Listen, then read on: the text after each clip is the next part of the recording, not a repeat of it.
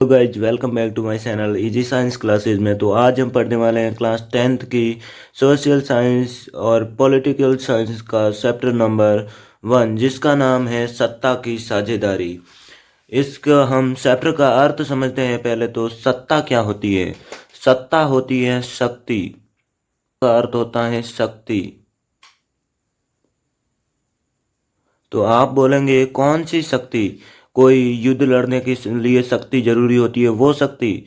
लेकिन नहीं, इस शक्ति में बात हो रही है राजनीतिक शक्ति यानी राजनीतिक पावर की।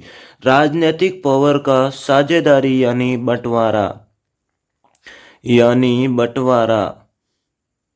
राजनीतिक शक्ति का बंटवारा ही सत्ता की साझेदारी कहलाता है।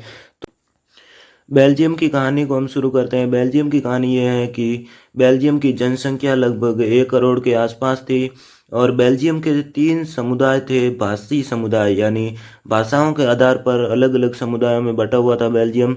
सबसे पहला था डच भाषी समुदाय, दूसरा था फ्रेंच भाषी समुदाय और तीसरा था जर्मन भाषी समुदाय। जो डच भाषी समुदाय था वो था 59%, यानी 59% लोग डच भाषा का प्रयोग करते थे और फ्रेंच भाषी लोग थे वो थे 40%, यानी 40% लोग फ्रेंच भाषा का प्रयोग करते थे। जर्मन भाषी का आंकड़ा था 1%, यानी 1% लोग जर्मन भाषी बोलते थे। ये पूरी कंट्री का है, यानी पूरे देश में ये आंकड़ा था। लेकिन हम जानते हैं कि बेल्जियम की राजधानी क्या है। बेल्जियम की राजधानी है ब्रुसेल्स।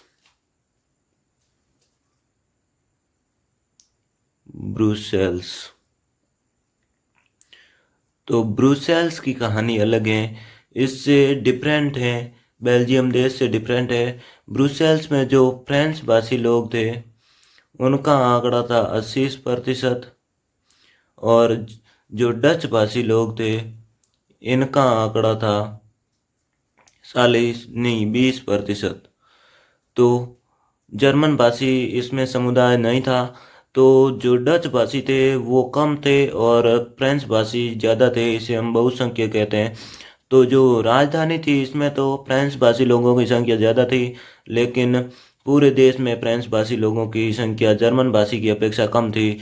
इसलिए फ्रेंच भाषी और जर्मन भाषी के बीच विरोध होता है, क्योंकि ये जो फ्रेंच भाषी लोग थे इनका आंकड़ा राजधानी में ज़्यादा होने के कारण इन्हें अधिकार ज़्यादा मिल गए थे, इनके पास ज़्यादा पावर आ गई थी। इसीलिए इन दोनों समुदायों के मध्य यानी डच तथा फ्रांस समुदाय के बीच युद्ध होता है या तनाव फैलने लगता है।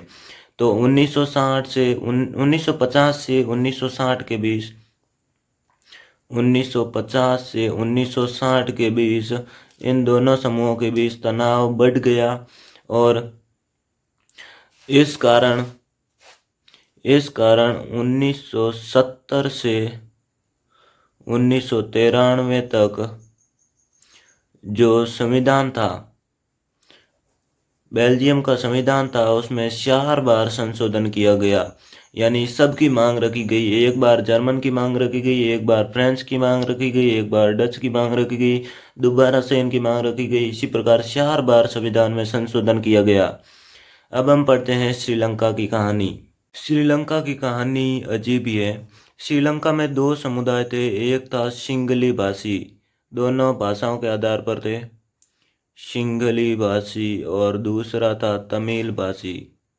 सिंगली भाषी थे जो कि श्रीलंका के मूल निवासी थे, और जो तमिल भाषी थे ये तमिलनाडु, भारत के तमिलनाडु से श्रीलंका गए थे। भारत के मैप में आप देखते हैं कि श्रीलंका यहाँ पर आता है छोटा सा, तो तमिलनाडु यहाँ पर है, यहाँ से श्रीलंका में गए थे। तो वो थे तमिल भाषी। तमिल भाषी का आंकड़ा था 18%, और सिंगली भाषी लोगों का जो आंकड़ा था वो था 70%। लेकिन इन दोनों के बीच में भी तनाव था, क्योंकि सिंगली भाषी लोग वहाँ के मूल निवासी होने के कारण सिंगली भाषी लोगों ने 1956 में, किसने? सिंगली भाषी लोगों ने, इन्होंने 1956 में एक कानून बनाया जिसके जरिए उन्होंने सिंगली भाषा को राजभाषा घोषित कर दिया। सिंगली भाषा को राजभाषा घोषित कर दिया और उन्होंने अपने ही लोगों को अधिकार दिया, यानी जो सिंगली लोग थे उन्हें ही शिक्षा देने का अधिकार दिया। तो जो तमिल भाषी लोग थे वो सरकार से नाराज हो गए। तमिल भाषी लोग सरकार से नाराज हो गए और उन्होंने एक संगठन बनाया।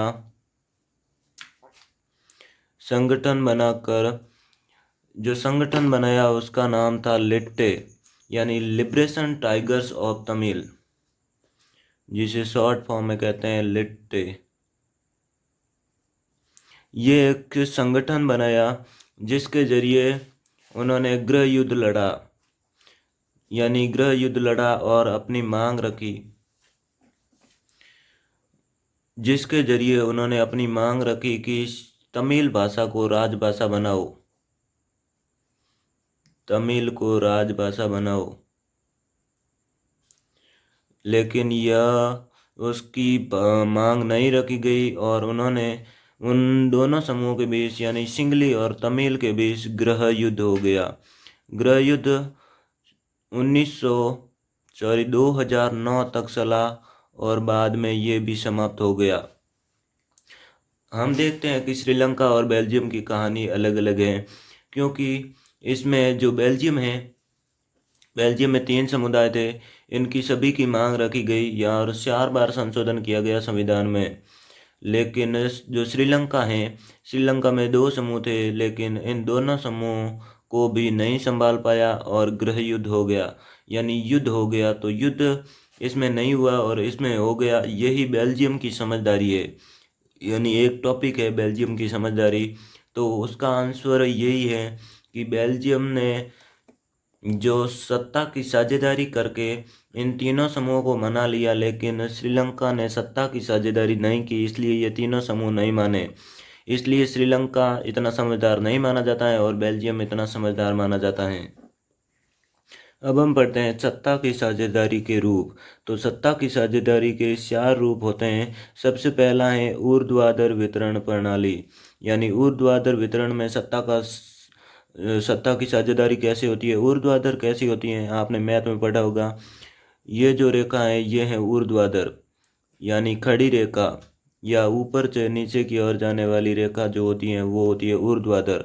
तो इसी प्रकार हम सत्ता यानी सरकार, राजनीतिक सरकार में सबसे ऊंचे पद पर और नीचे पद पर, यानी किसके पास ज़्यादा पावर है और किसके पास ज़्यादा कम पावर है, उसको हम किस प्रकार बांट सकते हैं। जैसे कि केंद्र सरकार है, केंद्र सरकार व राज्य सरकार, ये ऊर्ध्वाधर वितरण प्रणाली में है, क्योंकि केंद्र सरकार के पास अधिक पावर है और राज्य सरकार के पास कम पावर है।